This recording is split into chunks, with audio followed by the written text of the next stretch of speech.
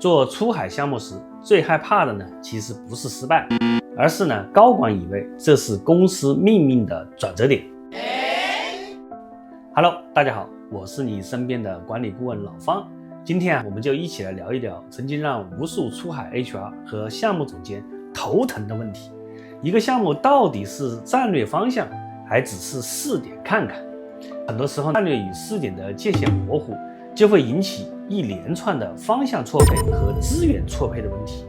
比如说总部老喊着全球化是战略，结果一看团队只有3个人 ，HR 呢苦苦招人，但岗位说明书却一变再变，像是边招边试，本地化刚推进半年，项目就被叫停了，员工可能还是一脸懵，这到底是来建设的，还是来做测试的？所以我想从3个角度帮大家一起来建立一套判断的框架。这个项目到底是属于公司的战略布局，还是说只是试点摸索？这对我们的 HR 来讲的话是非常重要的。这意味着我们要投入多少精力、多少时间，用什么样的策略来应对不同的项目定位。废话不多说，我们现在开始。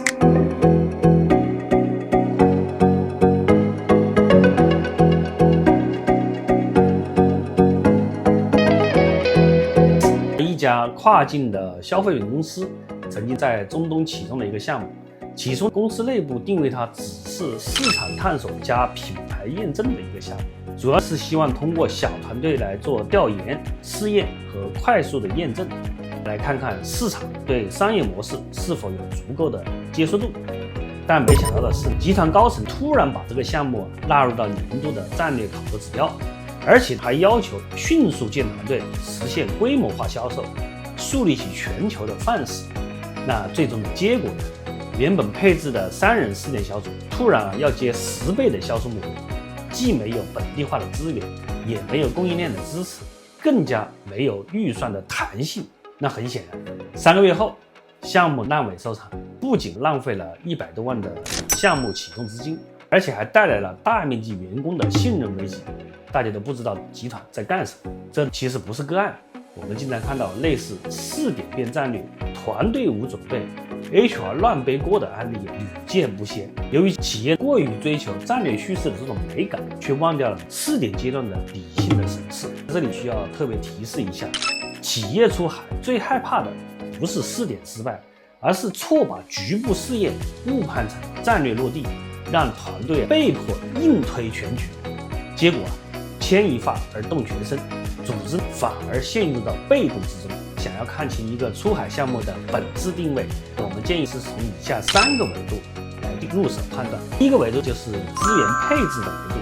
看它是否真正具备战略资源的承载能力，比如说是否被纳入到明确的年度预算而不轻易的变动。那又比如说看是不是配了专属的 HR、运营和品牌、法务等多线的协调。第3个方面，看看是否设置多地的联动机制，打通了中后台的一个支持。如果只有责任要求，却没有资源的承接，那大概率是先干的看看。第2个维度是目标确定性的维度，看看是否具备闭环逻辑与清晰的指标。在这里，我们首先要看是否有清晰的业务目标和时间的节点，其次看是否已经明确了标准的成果与退出的机制。最后要看是否有阶段性的验证节点加复盘的安排。如果这个项目的目标一直在模糊，一直变来变去，大概率还是只处在边走边想的一个试错期。第3个维度是组织表达的维度，看公司内部如何定义和传播这个项目。你比如说，一看是否在公司非常正式的场合将其定义为核心的市场。第2个是看是否有集团高管核心参与机制战略沟通的路径。第3个看是否将项目直接写入到了年度的战略规划文件。如果高管们的说法都不一致，那只能说明这件事情还没有定性，属于试点的一个态度。补充提示一下，其实判断标准一定是动态变化的，有的时候项目从试点变战略，有的时候项目虽然立项是喊得震天响，但实际资源极度收缩。那这些方面的一些信号，正是 HR 在组织节奏管理中间要具备的识别战略承诺的能力，而不仅仅只是在这儿等着总部的一个通知，到底是一个战略项目还是一个试点项目。所以就需要我们有这样的一个基本的判断能力。在这里，作为 HR 也好，还是管理者也好，到底该如何应对这种模糊的阶段呢？第一步是建立双定位沟通机制，采取双重能力结构。一方面呢，面向团队的时候讲，我们先试点，那先稳定情绪，不要给予太高的一个期望。另一方面，向高层讲，建议项目是需要先验证，再快速的反馈、快速的迭代的一种有预期的做法，可以有效的降低团队的预期值错位的问题，同时也让总部知道这个项目不是拿来赌的，而是拿来试水。第二步就是设置退出机制，而并非只是讲目标，试点其实是要允许失败的。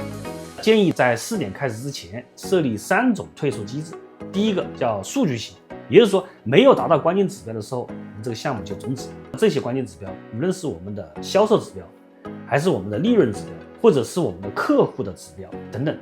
第二个就是成本型，整个项目启动达到预算上限的时候，如果还没有达到我们的目标，我们就马上停止，有一个立即止损的概念。第三个就是风险型，比如说我们的当地法律环境出现了突然的变化，在这个时候可能就意味着马上需要退场。其实很多企业看着好像是死守项目，其实并不是因为热爱这个项目，而只是因为没有明确的退出机制，导致骑虎难下的这样的一个状态。我们来看一家 TMT 的企业曾在非洲试点的案例。那当时来讲，整个物流端长期不通，货品呢被卡在海关，那公司呢被迫被遣散，整个当地的团队，包括员工、客户都失去了信心。如果当初设立不可控退出条款，我想这个结果将截然不同。第三步，同步记录试验经验文档，不管项目结果如何，试点阶段经验都是整个组织非常宝贵的一个战略土壤。那 HR 要建议推动建立失败的案例知识库，或者试点经验沉淀机制，来防止下一次我们可能会重蹈覆辙。所以在这里要提醒一下，失败其实不是组织的失误，反而是整个组织升级的一个代价。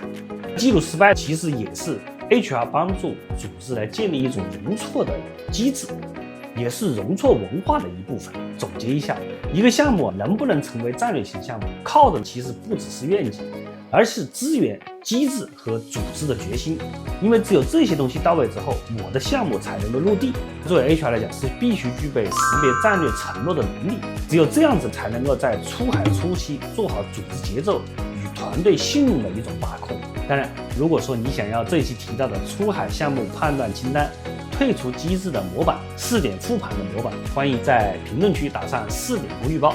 我会把这套实用的资料发给你。我是老方，今天我们就聊到这里，下一期我们就一起来聊聊出海 HR 如何搭建属于自己的本地招聘通路。关注我，期待下一次再见，拜拜。